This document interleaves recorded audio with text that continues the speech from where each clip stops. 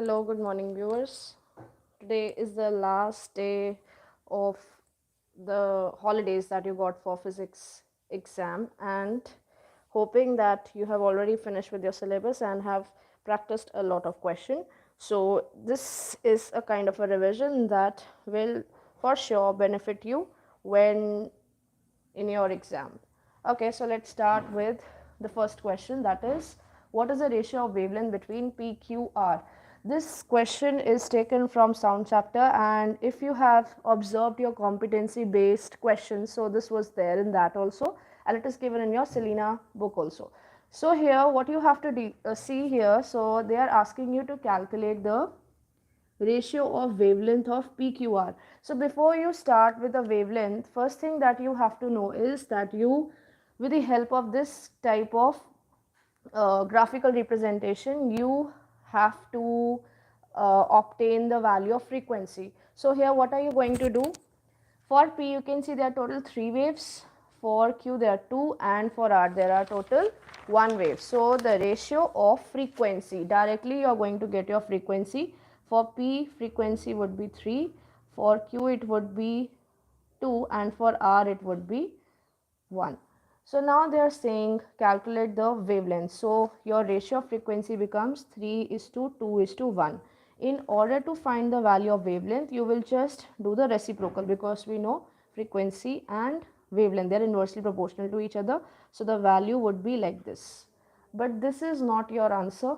What you have to do is you have to take the LCM so that you get a integer. So LCM for this would be 6. So every number would be multiplied by 6, and your answer will come out to be 2:3:6. So this is the answer for part 1, where they are asking you to find the value of ratio of wavelength. Now second part is very easy. They are saying that find the frequency of P and R. Told you already, this has value 3 and this has value 1 wave. So the answer would be 3:1. And the next is to find the wavelength of Q and R. So Q, the total frequency for Q is 2 and for R it is 1, and you have to take reciprocal because wavelength is taken as reciprocal. So when you are going to do that, you are going to get your answer as, this was 2, this was 1, so answer would be 1:2 for this thing. That is the ratio of wavelength. So make sure you do this kind of question because this question is important. Let's start with something interesting here that I have with me, and all of you must have done with double pole switch, right? And double pole switch was not asked last year, so this year it is expected that they might give you one or the other question based from this part of the topic, that is double pole switch, and this is there in household electricity. Okay, so the question is, see, for this question to be done, your understanding in double pole switch and the connections that you have learned, that should be very much clear, right? So the two diagrams are given. You can see here, one is the A diagram and one is B diagram. Okay, before we start with the question, let's try to observe whether the connections and everything are correct or not. So in diagram A, you can see bulb is there, connection is fine, but this is not a complete connection, because you can see here it is going here and then there is a gap. So means this connection is not complete. Fine. Bulb, this one will not glow. This is what from previous understanding or from previous knowledge I am able to make out. Now here you might be thinking, what is this thing given, right? So this is nothing but it is a wire crossing. Wire crossing means when one wire is going above the another, like for example, if I have this thing, these two pencils are touching each other, right? But here this thing means this pencil or the wire would be going from above it without touching it, right? इसके ऊपर से निकलेगी but इसको touch करती हुई नहीं जाएगी. That means that. And this kind of connection, if you have read your book carefully, that is there in the ring system of the chapter, that is household electricity. If you see the ring system in household, there you can find this kind of connection given, right? So it's not something new that it is given in the diagram. Okay, now here let us see. Okay, neutral is there, and then the thing is connection, this connection is actually complete. If you check out this here, see, going and then coming here, and yes, this is complete. All right, now let's see the question what they're asking. The diagram below shows a bulb connected by a dual control switch. Observe the diagram and answer the following question. Which of the above circuit will be able to switch on or off the bulb using both the switches? So I don't find any mistake in these circuits. So yes, both the circuits will work perfectly well, whether you use circuit A or you use circuit B. So the answer for A part would be which above. So answer would be both can be used. You can use A also, you can use B also. Now they are saying at present, very important, means at present means the diagram which is shown to you out of these, in which circuit is the bulb glowing. Of course, don't think that they are going to give you a color diagram or they are going to show that here it is lighted like that. Don't think so in your exam, right? They are going to give you in such way only which is given, and they are asking in which case it will go. So I told you here the connection is absolutely correct, but there is a breaking in the circuit. So because the connection is not complete, here is a gap, so this basically bulb would be off. But what about this one? Here you can see the connection is absolutely complete, so the bulb will glow in circuit B. Now next is the last part. If we interchange live and neutral wire in circuit B, will the circuit work? Okay, so here if you interchange them, of course they will work. We know that you can make live neutral, neutral live, but the biggest problem with the interchange of wire is the circuit will not remain safe. But they are just asking if we interchange, will the circuit work? So you don't have to go into much detailing, you just have to answer yes or no. So your answer will be yes, it will work. But yes, from your side, if you want to write, you can write yes, it will work, but the circuit will not be safe to handle, because if you will switch off the circuit, ultimately it is not going to switch off the live wire because connections are not correctly done. Okay, but yes, it would work, it's not safe to handle this, right? Okay, now after that is one more question I would like to take here, which was not seen in the last year's exam or paper. So that's why I'm giving you this question number 45. So here they're saying the diagram shows a coil AB connected to center 0 galvanometer G, here it is given, and a magnet NS, here is the magnet given. What will you observe when the magnet is inserted into the coil, the magnet is taken out of the coil? Okay, before we start, you should know that this is taken from chapter Electricity and Magnetism, and this is taken from part C of the chapter, part C. Okay, so we know whenever a magnet is moved near or away a coil which is connected to the galvanometer, it is going to show deflection because of the induced current that is produced due to change in the magnetic flux that you have already done. So for A part, what you will write? You will say that when we are going to bring the magnet and insert it near the coil, inside the coil, you are going to see deflection in the galvanometer. So basically this is moving towards this side. It is moving towards this side.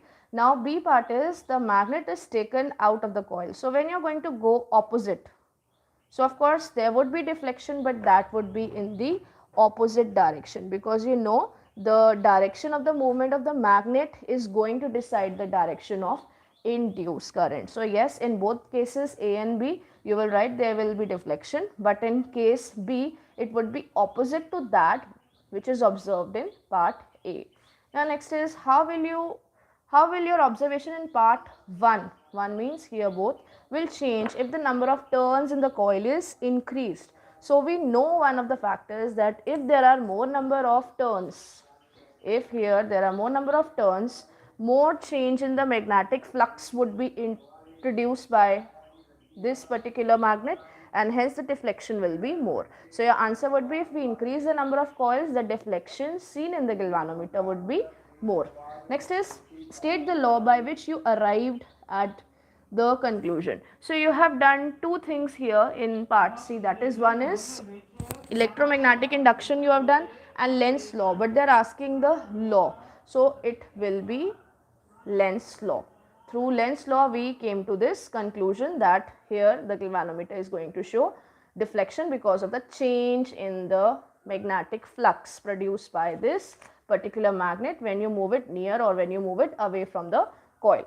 Now the next question is, I'm just picking up the questions randomly which I think should be discussed here in this video, and they are quite important also. So now the next question is, can a transformer works when it is connected to a DC source? Give reason. We know that transformer works on the principle of transformer is very important. Last year of course the transformer question was there, so this year you might expect, but not that much. But I'm not telling you to leave that topic, it is also equally important. Somewhere or the other you can see that. But yes, in the choice part, question was there from transformer, right?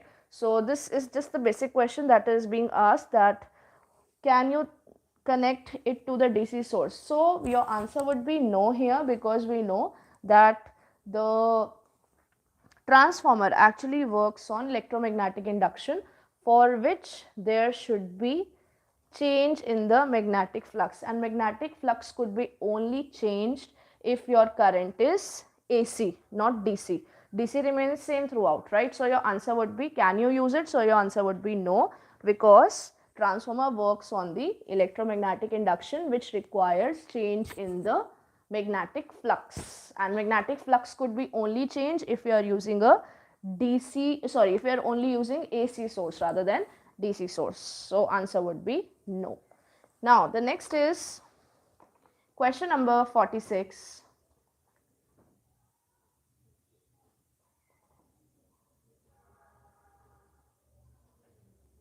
Now the question is, give similarity between AC generator and DC motor. So here we know what is a similarity. You can write that first of all both uses magnetic field, that is the biggest similarity, both of them are using magnetic field, right? Second you can write is that in both the cases we take armature which is placed inside the magnetic field, right? So these two similarities you can write in AC generator and DC motor. And if they ask you what is the difference, so difference you can write is in DC motor we use split rings, and in AC generator we use slip rings, right? Both the rings that we are using are entirely different. And difference one more you can write here is AC generator converts electricity into converts mechanical energy into electricity, whereas DC motor converts electricity into mechanical energy. This you can write. Now next is the next question, that is question number 47, which is, question number 47 is, what is the type of current transmitted from the power station? So we know the current transmitted from power station is AC, alternating current. That is why we use it, you should know, because the value of AC current could be stepped up or it could be stepped down with the help of transformer. Before coming to our home, it is being stepped up so that the loss of energy due to heat could be minimized, and then when it reaches our home it is stepped down, right? And yes, in B part they are asking you what voltage is this current available to your household. So of course we all of us know the value is 220 volt. Next is, in the transmission of power, the voltage of power generated at power station is usually stepped up from 11 to 132, and then the simple question is, they are asking you why before reaching the value to 220 the value is increased from 11 to 132, because we know one of the formulas, if you remember, P is equal to VI, right? And we know P by V is equal to I. From this formula I've just interchanged the value here. So you will say that if we increase the voltage, I would be less. If I is less, you know one more formula, I square RT, which is formula for heat. So I is less, so what will happen? This value will come out to be less, and ultimately the energy which is lost due to heat would be lesser. So your answer would be, we step up the value so that the energy loss by heat could be minimized before reaching our home. Now next is, this question is quite interesting and important as well. So here the question is, four wires are made up of copper and the diameters are given. Let me just stop this part. And diameters are given and lengths are given to you. Arrange them in increasing value of conductance. So the similar question is being asked in your competency based, but there they're asking you the value of resistance. Here I have just changed the value to conductance. One thing you know, that conductance and resistance, they are inversely proportional to each other, so easily you can find out your answer. So let's try to do this. Okay, so let's conductance. So before starting with conductance, I'm not going to write the formula for conductance. I'm going to find the resistance and then we are going to convert it into conductance. I know R is equal to rho L by A.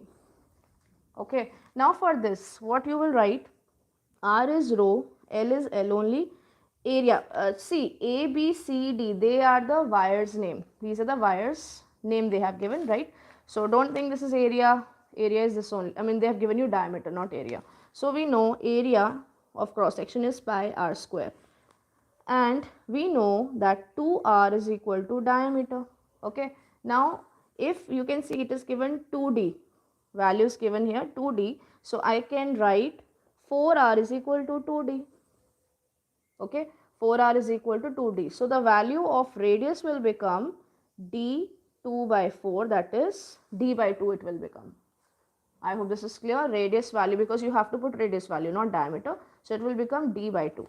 So I'll write r is equal to rho L pi d by 2 whole square. Okay. Now after that, for next, that is this one, your value. So I'm writing here to be as number 1, so that I remember this is for the first one. Now the second one is this. So for this, let us write the value here only. So that would be r. This is easier. Rho L, you have to take it as 3L upon your pi r. Now r, we know relation of r and d is this. Okay. So now this value will become as, I think there is something wrong which I have done. Let me check once. Okay, so radius would be d by 2. We know that. So here I can write d by 2 whole square. It cannot be same here, right? There's something wrong that I have done. Okay, let me write it as number 2. Now next is this one, C. So in C, what you will write, r is equal to rho L pi. Okay, now we know r is d by 2. We know r is d by 2. So now if diameter is given out to be, say, 2d,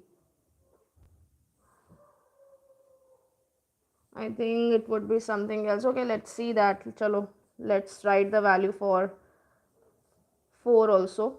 Rho, this is normal, that is L by pi r square. R value is taken as d by, you know what, one thing more I would like to tell you here. Even if you convert it or not, it is not going to make difference. Why? Because the thing is, ultimately all of them are given in terms of diameter. Okay. And the next thing is, because you have to compare, so all would be compared in terms of diameter, right? So if you want to convert diameter into radius, you can, otherwise you can compare it as such as well. Okay, chalo, let's do this also. It would be d by 2 square, right? So now here in A and C part, we know radius is, diameter is 2 times. Okay, I want to find the value of this. So r is d by 2, and if I put the value as 2d by 2, so it shows that your, this would be 1/4. So it would have been fourth, not this one, sorry, first part, and this one d by 2, 4.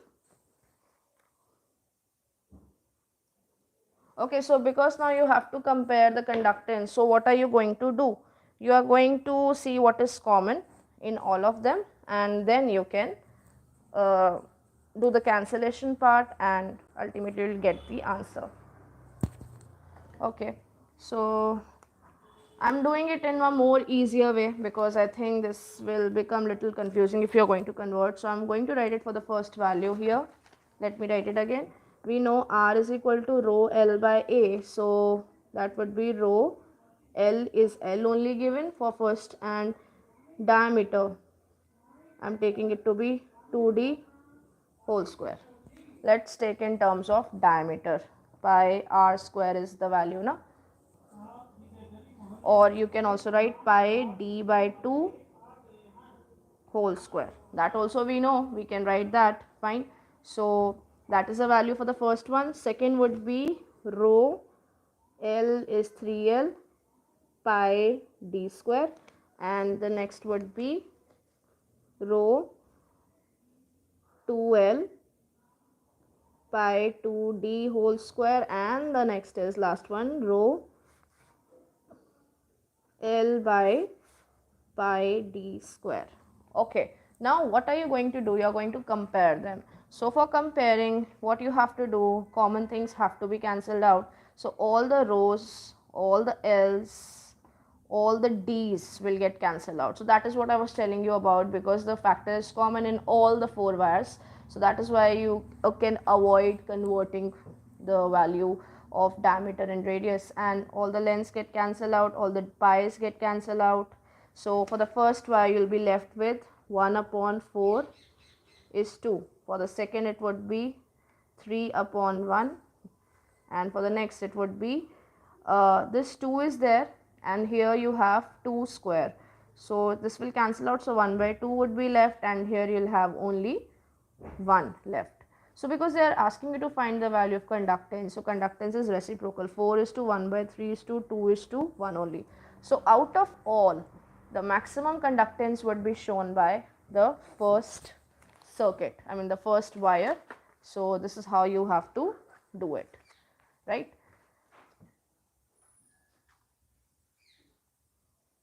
So I'll probably see you in the next video, and till the time keep on practicing, and all the very best for tomorrow.